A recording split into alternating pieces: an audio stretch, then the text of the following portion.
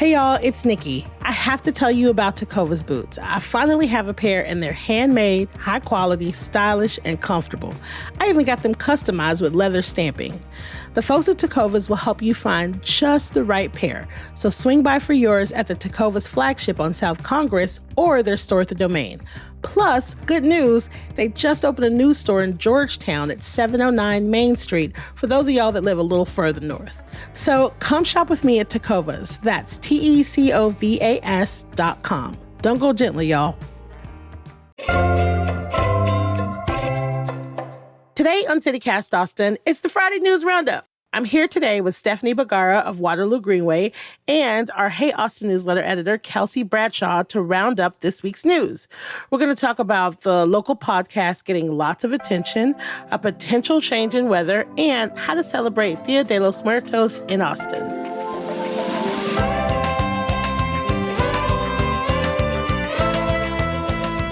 It's Friday, November 1st. I'm Nikki Devon, and this is what Austin's talking about.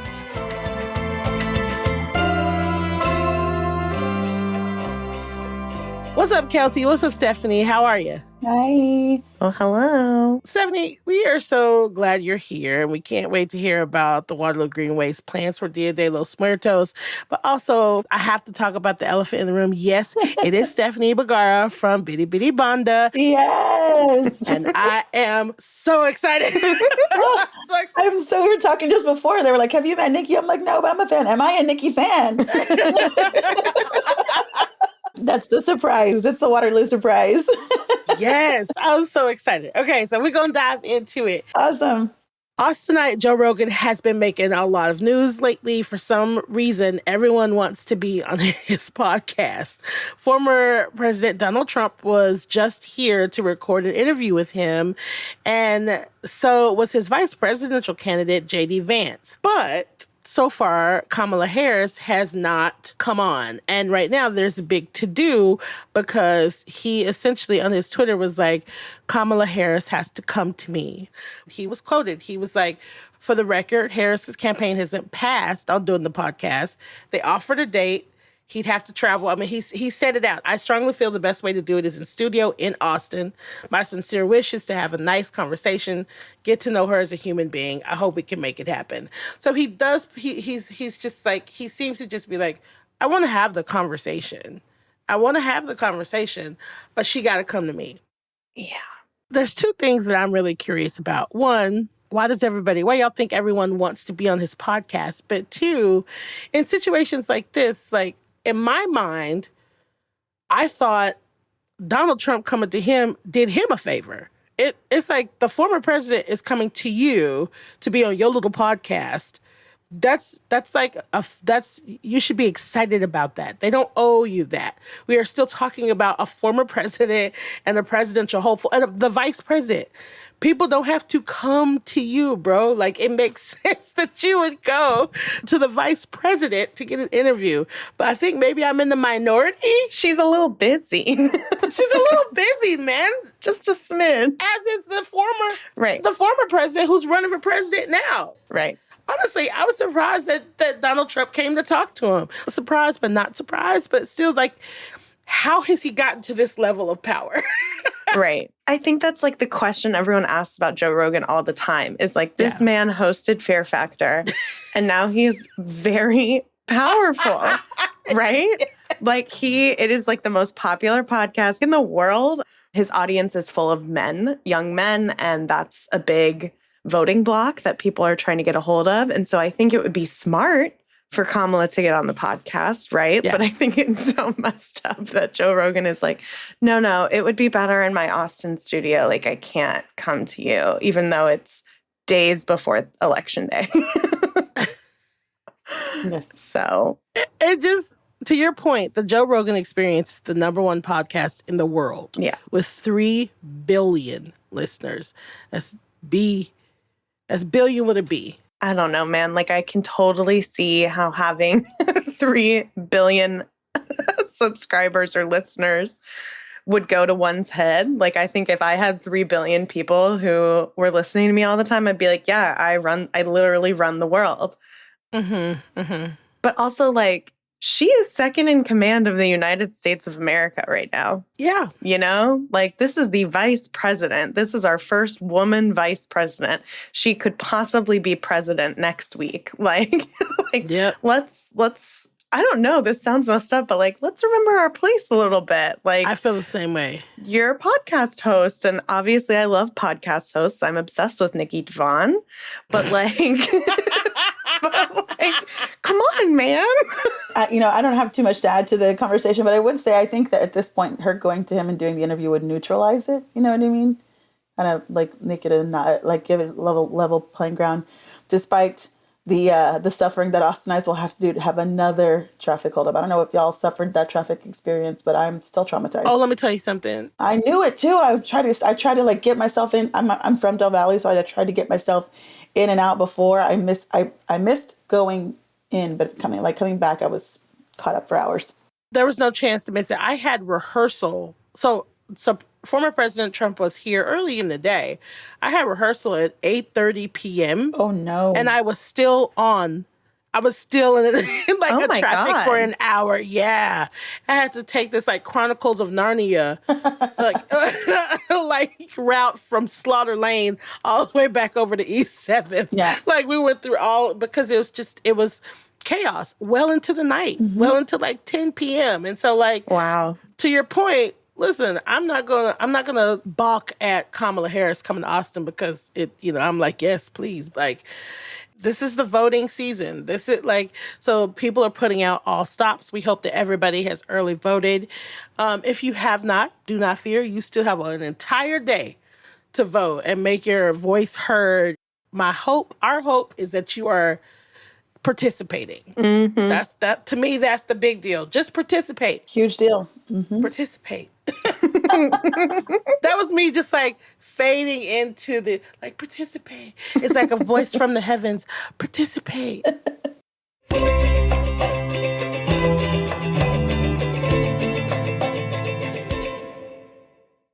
And speaking about from the heavens, weather.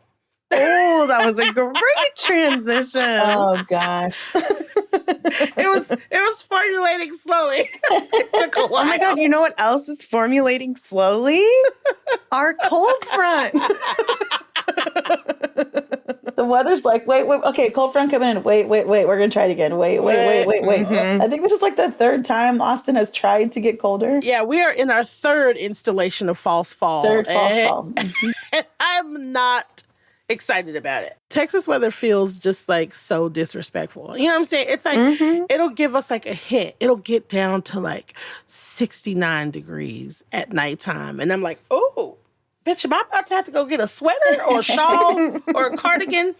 And then the next day it's like, psych, 95. Mm-hmm. Yeah. I can't handle it. It's 90 degrees on the second to last day of October. The high is 90 today. Yeah. Yeah. Well, and there are rain chances. So this is what's exciting about right now. Oh my gosh. Is that there's rain chances through next week, like through at least Tuesday of next week.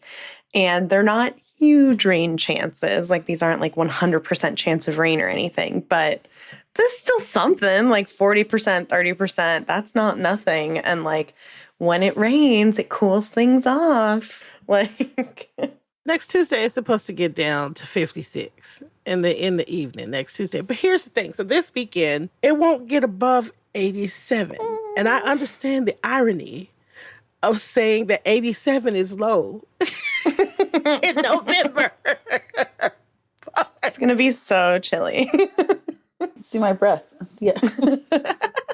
People should probably get out and do stuff because, listen, the quickest way to make sure it rains is to plan for something outside. And so everybody needs to make plans to be outside. That's this weekend. very smart. And it will rain. We are guaranteed that it will rain. I know. Yeah. Everyone planned to have a huge picnic at Waterloo Park on Saturday, and it'll pour, and all your plants will be recovered. I'm telling you, wash your cars. Yeah. Ooh. Water your lawn. Yeah. Mm-hmm. Yeah. Do all of the Nikki's things. like, yeah, I know. No.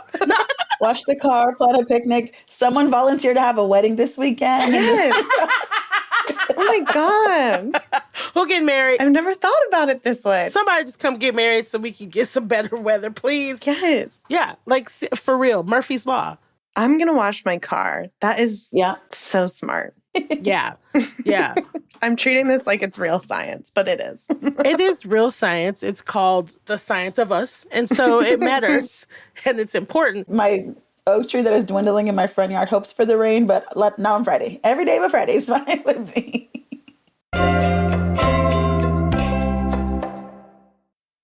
So, Stephanie, you say not Friday. So why don't you tell us why not Friday? Yeah. So obviously, I work at Waterloo Park. I'm the events and programming manager there. This Friday is the first day of Dia de los Muertos, and we are hosting a massive celebration in honor of Latino culture and dance and heritage and spirit. And we invite everyone to come and celebrate the third annual Dia de los Muertos at Waterloo Park. Yes. Nice. Okay. So for those of you that may not know what Dia de los Muertos is, it's also Day of the Dead, celebrated today and tomorrow, November 1st and 2nd. The holiday honors the dead and is celebrated in Mexico and Latin American countries, and now, honestly, more globally. I think last year or the year before, I went to the Dia de los Muertos celebration at Waterloo Greenway, and here's some things. Like, y'all... We have to talk about how beautiful this is. So I'm excited for you to tell us a little bit about it, like what it means to you and where to celebrate and how you can celebrate. But like before we get into Waterloo Greenway, how do you celebrate Dia de los Muertos? It's a special time. I am a native Austinite and I'm a very big family person. I have, an immediate family of 3 people. We lost my grandfather years and years ago. I was a child, but, he remains kind of the patriarch of our family. My son is named after him. It's a really special time for us to remember when he passed. So it's a really interesting time to reflect and to recall, like do callbacks to kind of how this person or people who've left your lives have influenced you in many ways. And November 1st is actually, we celebrate All Saints Day. November 2nd, we celebrate All Souls Day. So that's the kind of the order in which Dia de los Muertos operates. We are very fortunate to be able to host our event at Waterloo on Friday on the actual celebration day of one of the celebration days of Dia de los Muertos. So, for the last 3 years, I've been celebrating Dia de los Muertos at Waterloo Park. It's a really special and beautiful time. And, it's not necessarily something that I grew up knowing a lot about, but as I've gotten older, it's definitely something that we've incorporated in our home and with my 6-year-old. And the marketing and the promotion of Dia de los Muertos in the mainstream in the last, 7 or 8 years, especially with movies like Coco and Book of Life, have definitely brought to the forefront, what this actually means and how important it is. It is obviously celebrated in Mexico, but it's celebrated in Latin American countries all over the world. So that's really special. For us this year, I unfortunately lost my dog of 15 years in March, and Waterloo Greenway, Austin being the pet city that it is. Yeah. We had to incorporate a pet altar into the park. So if you have lost it, I know. I'm like, you're going to make me cry on this podcast. I legitimately am tearing up. You're going to make me cry for real. I'm barely holding it together.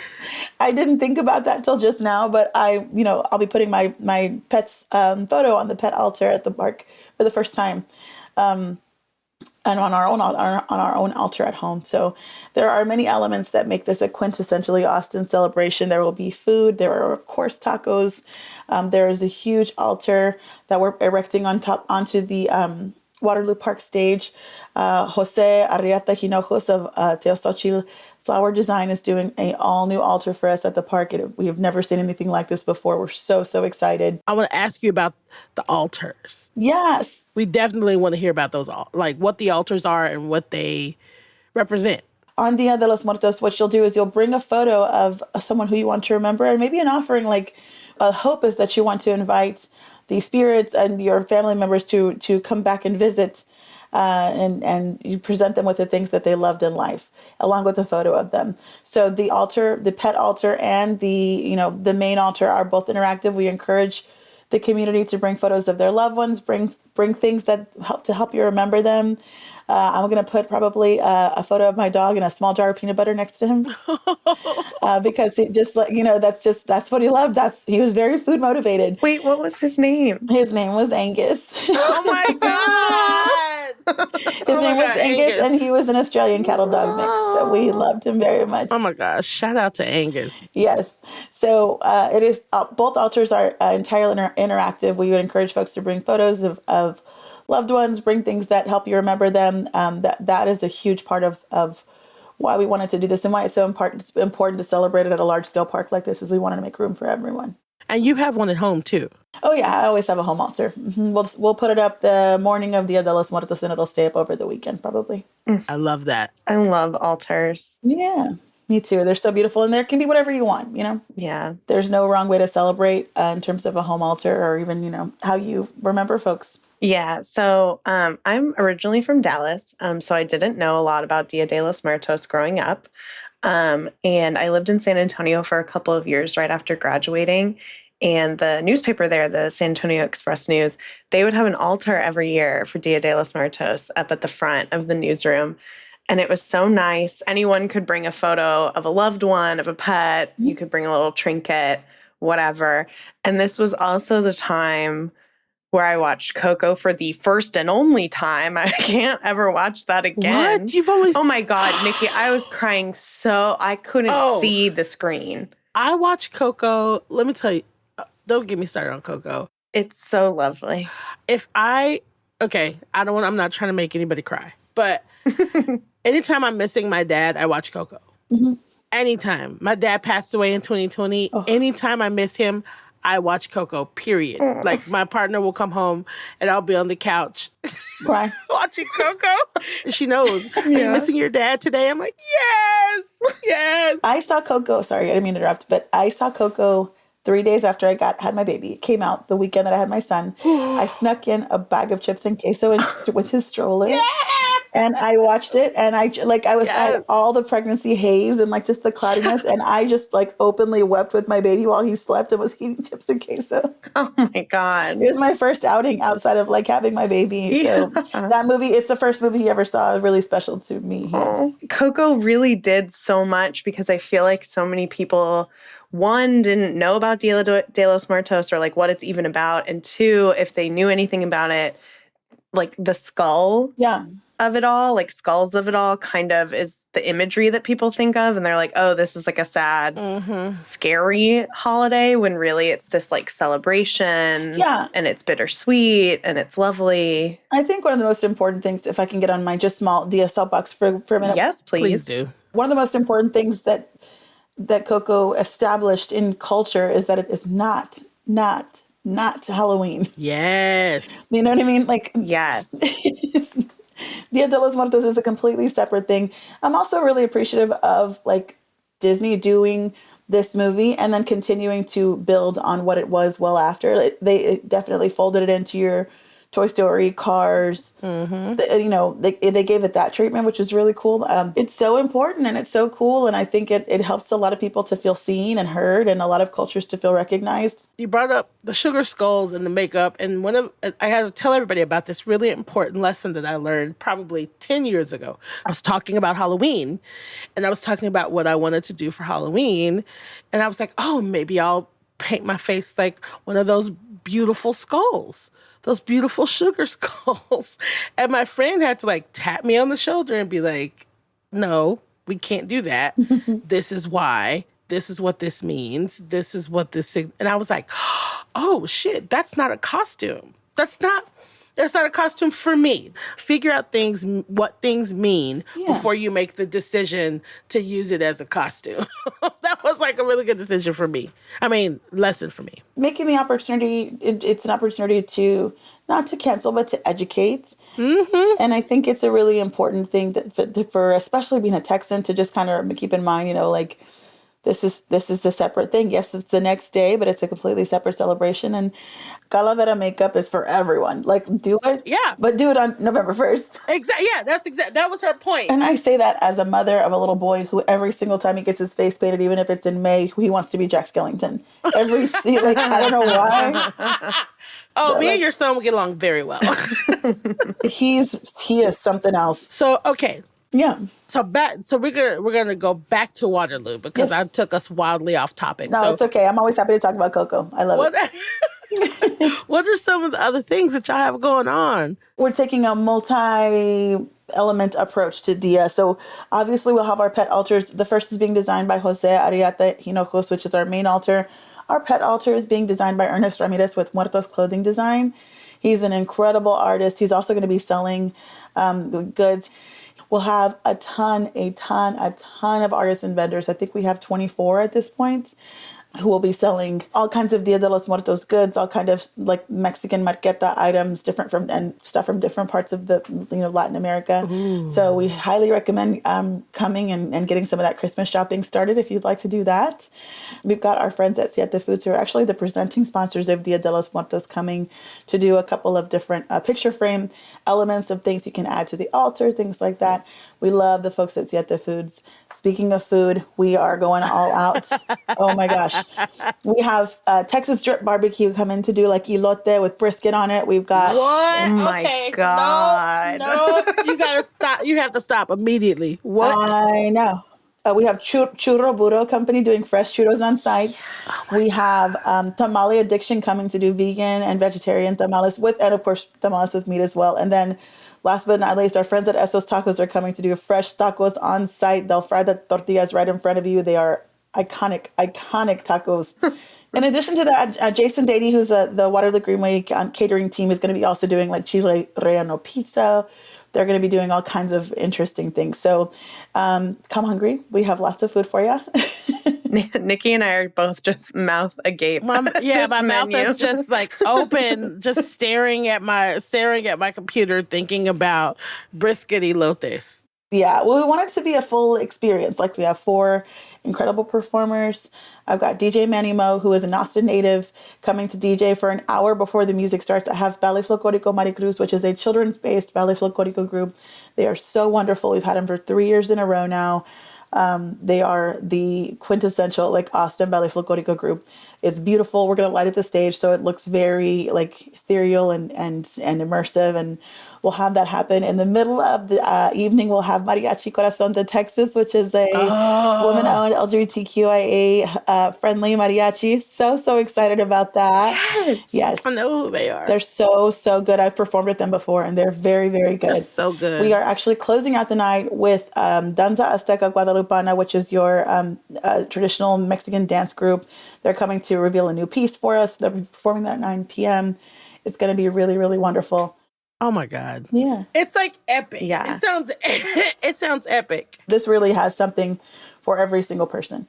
So come and stay, come and eat some food, and you reflect and enjoy. For someone that's listening, might be feeling a little sheepish. Do you have any advice for anyone that wants to come and they want to participate and they might be feeling a little worried about maybe taking up too much space or engaging, or sometimes people just need to be told you are absolutely welcome to come and celebrate with us? You hit the nail right on the head. My advice to someone who is worried is don't worry. If you're thinking about that, don't think about that.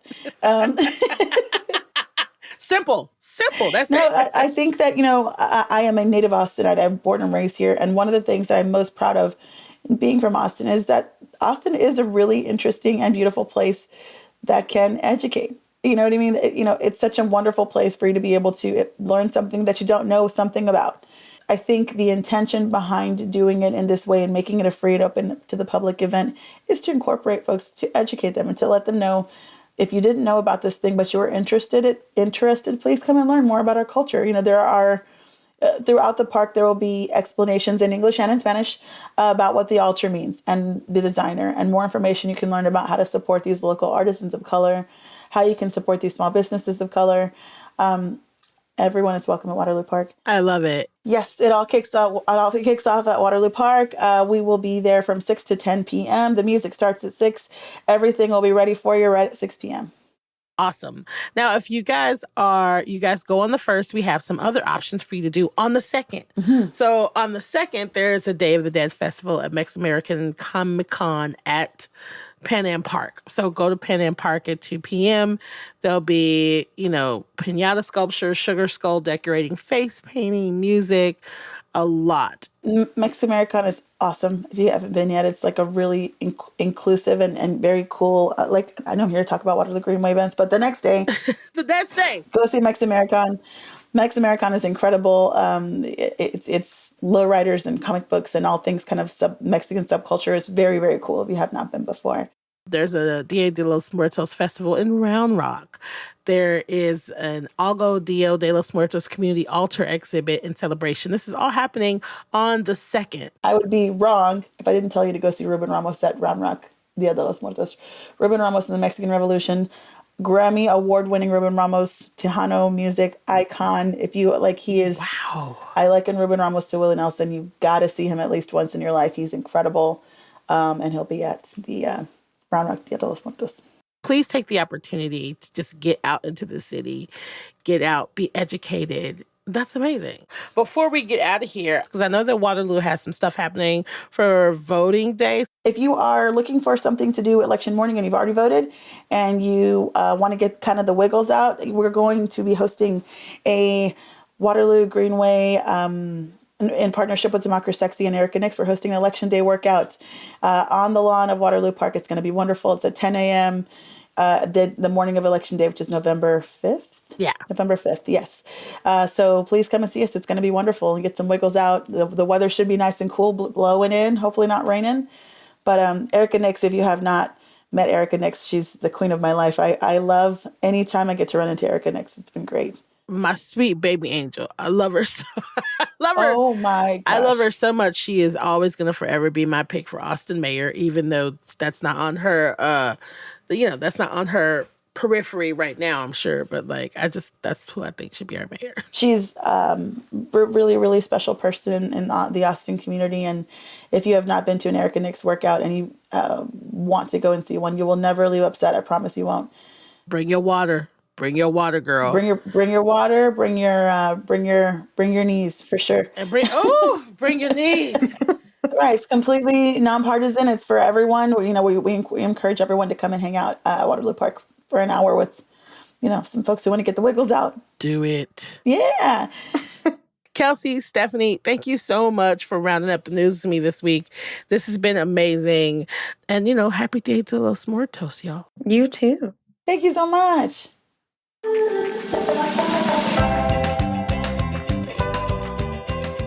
That's all for today here on CityCast Austin. Our executive producer is Eva Ruth Moravec. Our producers this week are Rishi Bajekal and Elizabeth Kama.